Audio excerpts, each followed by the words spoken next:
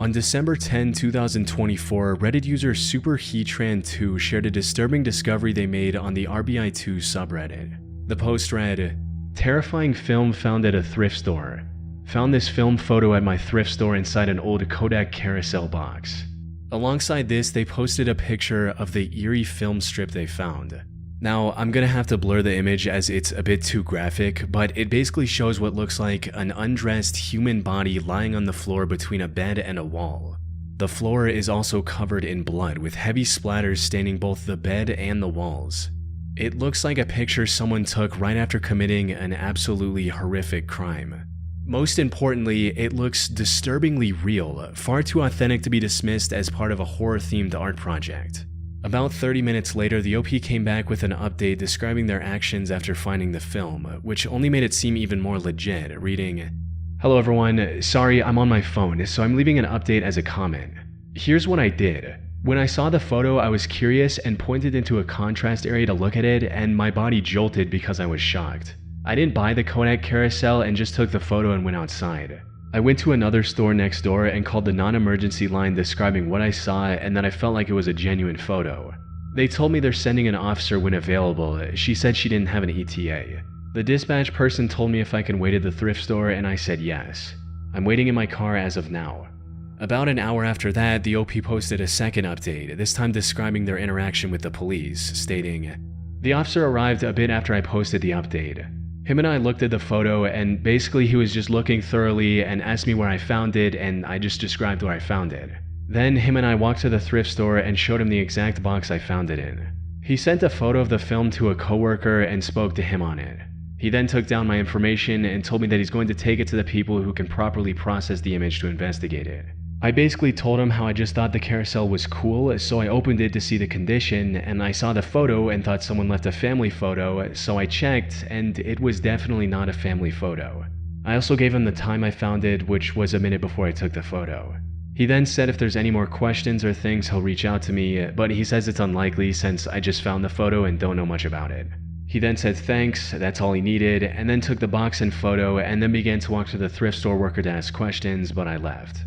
That's all I have so far, and if I'm being honest, I don't know if I'll get any updates from them, since I'm sure it's hard to go off of a film photo, and since I just stumbled upon it from chance and have no other information other than what I said." Now, usually when something like this is posted on the internet, there's a lot of skepticism surrounding its origin. The first thought most people have is that whoever made the post faked either the whole thing or parts of it for online attention. But in this particular instance, the vast majority of people were convinced that the OP was telling the truth, simply because the picture looked a bit too real. They urged the OP to post more information about where and how they found the film, which they complied with by posting pictures of the box the film was in. One person asked for more details. "Was that the only image in the carousel?" "Yes, it's the only image, but it wasn't in the carousel, it was in the middle of the carousel." An hour later, SuperHeatran also posted a clear picture of the film by using their Apple Watch as a bright backlight. This only confirmed everyone's suspicion that the picture exposed onto the film was indeed real, with one user writing, "This doesn't seem fake. If it is, it's really well done." They further added, "I feel like if it was fake, it would be either more or less gruesome. But there's something about the positioning of the body, the fact that it isn't a more attractive body type, read thin and beautiful for better optics, and the natural pattern of blood on the wall that indicates the victim fought and didn't die immediately. Visible hand/finger marks on the wall in addition to smudges and splatter. Just doesn't seem like it was some type of dark art project. Obviously, I can't say for sure, but I watch a ton of true crime and fiction crime shows. The difference in brutality and realism of the crime scene photos are easy to distinguish. But if this film strip was real, what was its origin? The carousel containing this film appeared to be from the mid-1980s. In another thread, the OP also mentioned that the film was sticky, stating, "I didn't smell it, but yes, it was sticky, as in it would stay on my index finger after pressing on it." This hinted at the old age of the film, as they tend to become sticky when left in a room temperature box for over a decade. So the possibility of it being from the 1980s and early 1990s is certainly high. As for the disturbing contents of the film, there are countless possible explanations, each just as plausible as the next. Some users suggest that maybe it was a trophy photo taken by a serial killer, which begs the question, how could such a thing end up at a thrift store of all places? One user tried to explain this with a personal anecdote, writing, My mother lives in a seniors community in California, and there's a Savers just around the corner. When the old people die, a lot of the time their kids pick up what they cherish and dump all the rest of their parents' stuff at the Savers. Could be the person who donated this didn't know what was on it. That said, a more reasonable theory I came across stated that the film likely belonged to a criminology teacher, reading, "I think a likely possibility is that the carousel belonged to someone who taught classes relating to crime scenes. The photo was accidentally left in the box because it had come away from its slide frame. Only suggesting this because I once found something similar from a house clearance and I knew the person taught some criminology classes." Another distinct possibility is that the carousel originally belonged to law enforcement. This film could have been evidence relating to an already solved case, and someone simply failed to make sure the carousel was empty before donating it to a thrift store. Whatever the case may be, it's unlikely we'll learn the truth anytime soon. It's been months since the original post, and the OP hasn't made any updates. It's possible they'll get a call from the police at some point with an update, but at least until then, the film strip depicting what appears to be a horrific crime remains an unsolved mystery. On September 3rd, 2024, a Reddit user shared the unsettling sight they came across on a hike in Austin, Texas, reading, "Stone crosses in South Austin. Anyone know what's up? Went hiking with my sister and dog today at the Westgate and Stastny area, and we kept seeing piles of rocks made into crosses. We stopped counting at 11. Does anyone know what these are? One of them had animal bones mixed into it. Weird voodoo or just memorials?" Alongside this, they also shared several images of the many stone crosses they described in their post. The OP also provided some more context in later comments, stating, "We didn't see anyone around, but there was a ton of trash back in the woods. It was creepy though, with cross after cross, felt off. Definitely going to find new paths to walk the dog because I don't want to meet their architect." Usually, discoveries like these will lead to some interesting but predictable answers. For all we know, these could have been part of a ritual site of sorts from centuries ago, or something along those lines. However, that wasn't the case here, as some of these crosses contained modern materials like concrete and painted metal fence posts. In other words, these were put together a lot more recently, which begged the question, who made these and why? To this, one user gave a very urgent and concerning response. "Call APD/311 and tell them you think Ramy Zowaida is back in the neighborhood. He escaped custody from a mental institution in June. I don't know whether he is still wanted. Good luck getting APD to do something. Google him and talk to your neighbors." Put simply, these crosses were the work of an unstable homeless man named Ramy Zowaida. "I'm not entering your camp." In the last few years, South Austin residents say they have spotted Ramy Zowaida building sculptures, taking a sledgehammer to city property, screaming at all hours of the night, and cutting down trees in the greenbelt using a chainsaw and machete. From what I could find online, Ramy is originally from New York and struggles with severe mental health issues and violent tendencies. As one local resident described her account with him, stating, "He's very profane. He's beginning to target me and my little dog, talking about murder, calling me obscene names." Reports of Ramy disturbing locals go back years. Like this similar Reddit post from another Austin resident from December of 2023, reading, "These weird rock cross formations appeared seemingly overnight in the little green space between Westgate and Menchaca. Anyone have any idea what they may be for?" While looking through the wooded area surrounding these strange sightings, I even found what looked like Ramy's base of operations. A quick search on the guy also shows that Ramy's been doing this for quite a while. He'd been arrested 6 times in less than a year, however all of the charges were either dropped or dismissed. He was also ordered to undergo temporary inpatient mental health services back in April of 2024, but he managed to escape from the hospital within a few weeks of his detainment to continue his work. The same work that was later described by the OP in early September. As their post picked up steam, more and more locals joined the conversation to share what they knew about Ramy as well. As it turns out, Ramy wasn't just a misunderstood artist who should have been left alone. He was highly unstable and posed a great threat to the people in that neighborhood. "I live on Westgate near Stastny, about 1 block from where the crosses are. I just recently found a smart key outside of my home, a verified lockpicking tool in the back patio area, and am truly concerned he tried to break in but gave up very recently. Last year around this time, he would specifically target my home and steal water from my downstairs faucet, carrying large gallon containers of the stolen water on his bicycle. I filed a 311 report and have reached out to the APD district representative and left a message, but 311 told me I should keep calling. They have 14 days to respond to my concerns. Super great feeling. I'm feeling very, very uneasy and scared. I believe I saw him once. What happened is that I saw a man outside my apartment building casually stroll by, bash someone's windshield in with a sledgehammer, and casually continued strolling. Zowaida had a sledgehammer he used to break decorative white boulders that were on the side of the street. It appears he has now made crosses onto the broken rocks. He also had a chainsaw and cut down numerous trees. He said the devil was in the trees. He did this day and night for months on end. Not only did he destroy property, he threatened to murder people out for walks. Oh, and people said he has sawed stray cats in half. Now, from what I could find, he's never been charged with any form of animal cruelty. That said, the OP did find animal bones in a few of the crosses he built, so it's possible there's some truth to the statement. As for his motive, a journalist who spoke with him reported that he claimed to be, quote, taking out Satanism. Apparently, he believes that these woods are the worshipping grounds for a group of Satanists, making these crosses his way of purifying the landscape. Regardless of his reasoning, it's clear that he's mentally unwell and is a danger to the public. There are already rumors of him attacking stray animals, and it's not a stretch to imagine him turning his chainsaw on a person if he sees it as a necessary sacrifice to fulfill his goal. Thankfully, something of that nature hasn't happened as of yet. He was arrested again in late September and was even sentenced to 240 days in jail. But since he had already spent a long time in confinement in the past couple of years, his sentence was deemed served and he was released. At the time of writing, Ramy is still out there and posing a threat to the people around him. On the 14th of December 2017, Reddit user She's Such a Riot made a post about a bizarre and unnerving experience they had many years ago. The post read, "Humans walking in hamster wheels.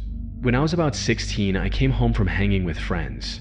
I was a huge cartoon fan, still am, grabbed some food and settled into my bed to watch Nickelodeon.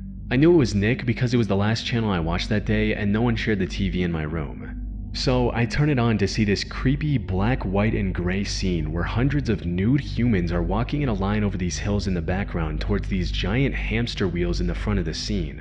They're walking towards the wheels as a few people are already in the wheels walking endlessly and mindlessly in this robotic, zombie-like state.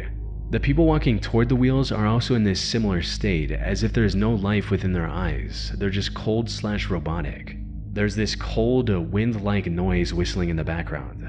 It looks real, not animated, and as I watch in awe at this dark scene, I come to a similar conclusion and ask myself why Nick would have something so live and non-action really, as the entire scene keeps just repeating itself of more humans walking towards and in these hamster wheels. I start thinking maybe it's just some weird short and it's kinda cool in a dark sort of way, but minutes go by and it starts to get dull watching this same scene not doing anything else. So I quickly change the channel to something else, when in a split second I realize, wait a minute, what did I just watch? And change it back immediately only to find SpongeBob mid-episode. You could tell SpongeBob was on for a while, not like the weird short played and it just came on. Freaked out, I keep going back to surrounding channels thinking maybe it wasn't Nick, but nothing has the hamster wheel video on. It felt really dark, almost evil when I watched it, and though seemed somewhat interesting at first, it started to feel really wrong after a while. So that, lined with the repetitiveness of it all, made me change it. But now that I realized it wasn't on any channel in the first place, I was really creeped out, and still am to this day. I don't know if this was necessarily a shift in reality or something sinister, paranormal, or really a short, etc., but I have never been able to research and come up with anything about its existence since, including researching that day online in 2005 when it happened. I'd like to believe it was some dumb film project, but I can't find any evidence of it ever existing in reality as we know it. If anybody knows what I saw, I'd love to be debunked. Still somewhat wary of my TV till this day. I should mention that this was posted on the Glitch in the Matrix subreddit, a community which gives credibility to theories like shifts and glitches in reality. But that said, if this particular story really did happen, it raises some very concerning real-life possibilities that are worth considering. The idea of randomly coming across something so deeply unsettling on TV only for it to vanish without a trace is terrifying on its own. However, what makes this particular case even more disturbing is just how many people remember seeing something similar in the past. I'm pretty sure I saw it too. I think I saw part of this. I actually think I remember this. I know I saw it too. Though, if it was real, how exactly did it happen? Some people tried to explain the weird occurrence with a more mundane answer, suggesting that it might have been an ad that was played at the wrong time, with one person writing, "Sounds like a commercial that glitched through the network. It does happen, but it's pretty rare. May have been an ad for an antidepressant or a PSA, probably wasn't a broadcast intrusion." However, this theory falls apart quickly when you consider that this happened on Nickelodeon, a kids channel. Any ad or PSA featuring seemingly nude people would have never been allowed on that channel in the first place. Another just as likely theory is that this was the result of a TV hijacking, similar to the infamous Max Headroom incident that happened during a Doctor Who broadcast back in 1987. I'll get you a hot drink, miss. Some dry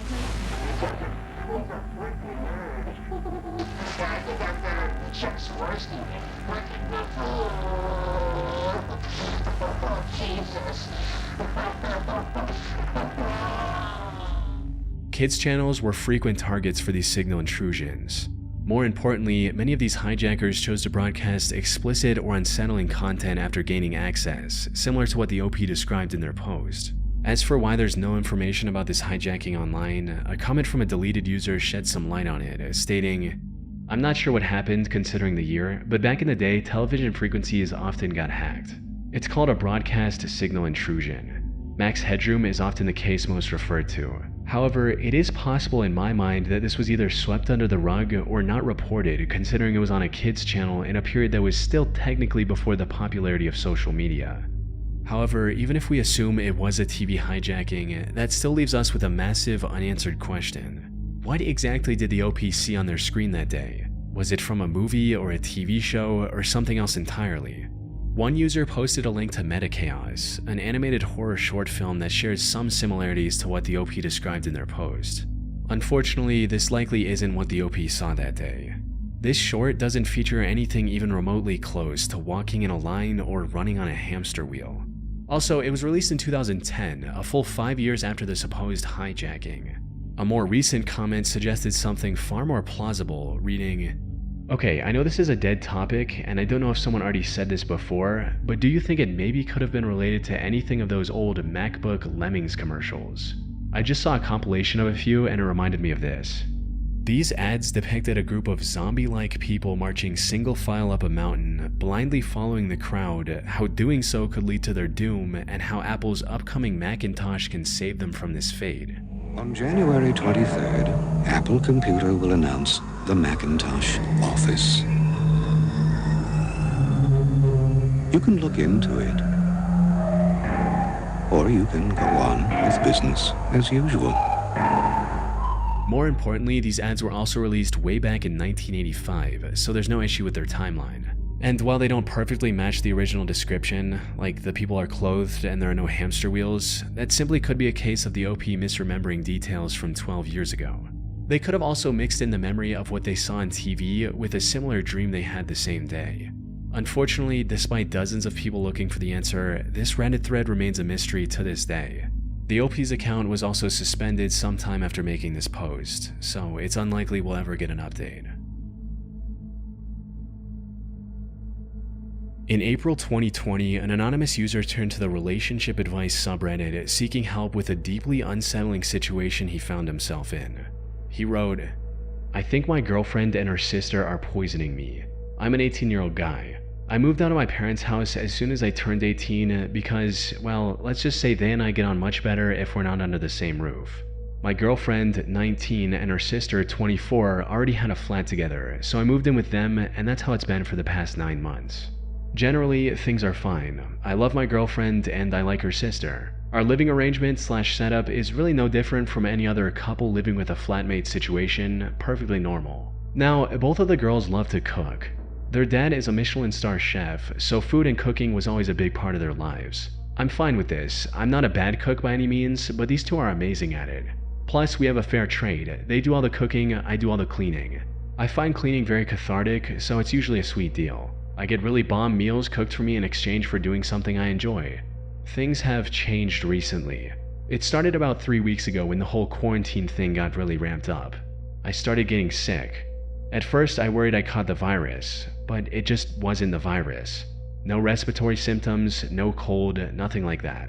Just stomach cramps and horrible vomiting.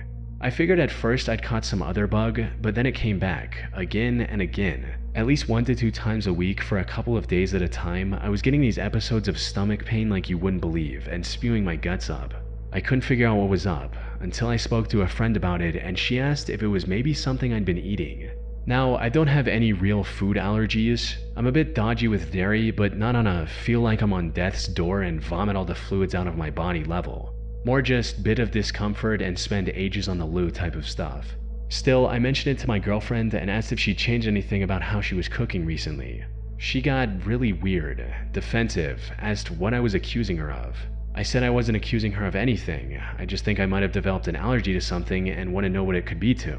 She told me I'm just being paranoid and I just have a bug. I dropped it because she seemed really annoyed. Since then, I've noticed some weird stuff which really is making me paranoid. Like, they shout at me to get out if I go in the kitchen while they're cooking. I've offered to both of them on several occasions, hey, I'll cook tonight, but they vehemently turn me down and seem almost offended I'd offer. They both keep giving me these glances at mealtimes, like they're waiting to see how I react. If I say I don't feel good or don't want to eat, both of them take it as a personal attack on their cooking, and if it's my girlfriend, she'll cry until I cave and eat it. There have been times when one or both of them seem to know I was about to get sick after eating. They text each other when they're in the same room if I'm there. I think they think I haven't caught on to that, but it's obvious honestly. Neither of them is particularly sympathetic when I do get sick. I don't know, maybe I'm being paranoid, maybe quarantine is getting to me. But I'm really convinced they're doing something to my food to make me ill. It's the only explanation I can come up with. Thing is, I don't know what to do. If I confront them and I'm wrong, I'm a jerk for even thinking it. If I confront them and I'm right, things could escalate badly. I'd really appreciate any advice or words of wisdom here. Thank you in advance. One of the top comments on this post gave the OP some solid advice for finding the truth, but this only made the situation seem even more suspicious. Switch plates with one of them either with or without their knowledge. If they know you want to switch plates, they will refuse, which would be a red flag, or if you switch without their knowledge, you would be able to see how the plate originally meant for you affects them.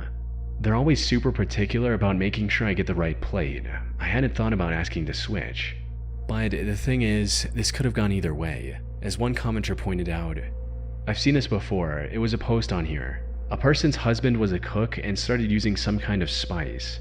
He didn't believe it was making her sick, she got tested and was in fact allergic. He confessed and they reconciled. In another post, a fellow was using garden slugs in his girlfriend's meals on purpose. You need to consider both possibilities. The second half of this comment was referring to a now deleted post from March of 2020. In it, a woman sought advice on what to do after making the horrifying discovery that her partner of 4 years was putting garden slugs in her food. In addition to being incredibly gross, this was also highly dangerous as these slugs can contain brain-eating parasites. Put simply, there was no obvious answer to the OP's predicament. On the one hand, it's entirely possible that the OP was just being paranoid. This could have also been an early sign of a mental health issue, where he's seeing patterns and behaviors that don't actually exist. A few people also suggested a gastrointestinal test to see if there was something wrong with his stomach. This is because conditions like Crohn's disease can cause persistent digestive issues regardless of diet. It could have also been a combination of the two, where his real symptoms were making the paranoia worse. But as this one user mentioned, a potential poisoning wasn't entirely off the table. If we assume that the OP's observations are completely accurate, there's a good chance that he was getting poisoned. What makes this even more sinister, however, is that his girlfriend and her sister were disturbingly deliberate in their actions. They didn't lace his food with a stronger poison, because then the OP might go to a doctor who would likely find the toxic substance in his system. Instead, they were poisoning him slowly, likely in the hopes of keeping him oblivious until his eventual death.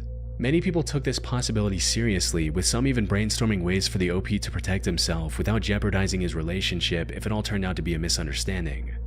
I don't have a magic bullet answer for you, but I can tell you what to do. I would play dumb, announce that I would be cooking for myself from now on because it would not be fair to force my new, as of yet unidentified allergy on them and their amazing cooking. From there, I would be careful about my food. If I open it, it gets used all the way, nothing left open. All of this would serve twofold. First, if you still get sick every other week while having full control of your own food, you know something bigger is going on here medically and the paranoia toward them is unjustified. If it works, you might just need to work on getting the hell out. All this being said, the most important part of this is to play dumb and stand your ground, claiming it is all for their happiness and convenience. Unfortunately, we'll never know if he followed the advice from this thread, what ultimately happened, or even if he's still alive. He made this post with an anonymous throwaway account, which was also suspended shortly after this thread's creation. From what I could find, there haven't been any further updates on this post from any other accounts either. Maybe one day the OP will return with all the answers, but at least until then, we can only hope that he's alive and well.